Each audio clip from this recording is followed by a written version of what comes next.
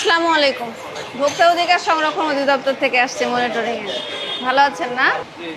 আপনার এখানে এই যে খাবারের তালিকা দেখতে পাচ্ছি, মানে নাম আছে কিন্তু কোনো দাম দেখতে পাচ্ছি না।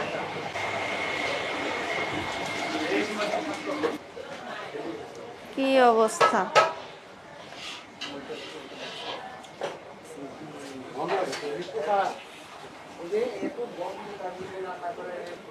আমি দেখাচ্ছি। ওয়ালাইকুম আসসালাম। আপনি কি এটার মালিক?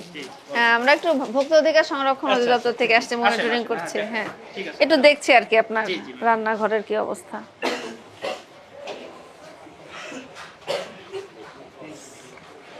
এটা কি জিনিস বলেন তো? রং রং এটা এটা কি? কোথায় ছিল এটা? এটা নিষিদ্ধ, না, আমরা চালাই না তো, আমাদের রং কোথাও না, কোনো কারণে রং এটা আমাদের কাজে কোনো রং যদি খারাপ থাকে দেখেন। তাহলে এটা কোথায় ছিল? ছিল হয়তো কোথাও।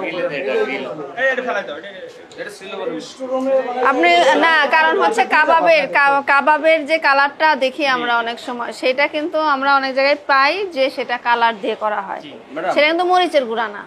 অবশ্যই ঠিক করেছেন, কিন্তু আমাদের আপনি দেখেন রং তাহলে ওই কোটাটার মধ্যে কি ছিল? কোথাও ছিল হয়তো, কোথাও আগে হয়তো ব্যবহার করছে, আগে মালিক ছিল একজন। আপনাদের এই প্রতিষ্ঠান কি চেঞ্জ হয়েছে? হ্যাঁ, আমরা কবে? এই বেশ কিছুদিন হইছে আগের মালিক নেই, বুঝছেন আমরা। পরিয়ে থাকতে অনেক সময় কিছু।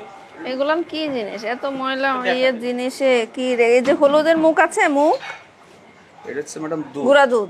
পুরা মানে কোটাটার অবস্থা দেখেছেন? পরিষ্কার রাখতে হয়, কোটা ময়লা হয়। কৌটাটার কি অবস্থা? করা খাবার বা কাঁচা একসাথে খাবার রাখা যাবে না। সংরক্ষণের একটা পদ্ধতি আছে, আলাদা আলাদা রাখতে হবে। আলাদা আলাদা রাখতে হবে এবং ফ্রিজে কোনো খাবার কখনো আঢাকা অবস্থায় রাখা যাবে না।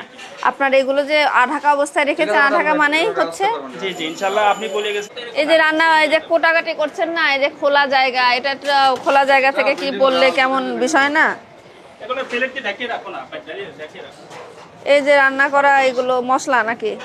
যে এটা মশলা যে রেডি করছে, গ্যাস নাই করতে হবে। মশলা এইটা কি জিনিস বলেন? এটা অ্যারারুট। সেই অ্যারারুটটা কি খাবারে দেওয়া? অ্যারারুটটা ম্যাডাম ওই যে একটা সবজি, স্যুপ বানান, স্যুপের সময়। হ্যাঁ, কিন্তু এটা কি খাবার অ্যারারুট কিনা? খাবার প্যাকেটটা দেখাবেন যে খাবার অ্যারারুট কিনা। আপনি ফেলে দেন তো ম্যাডাম। কারণ আমরা কি দিয়ে খাবার তৈরি করছি।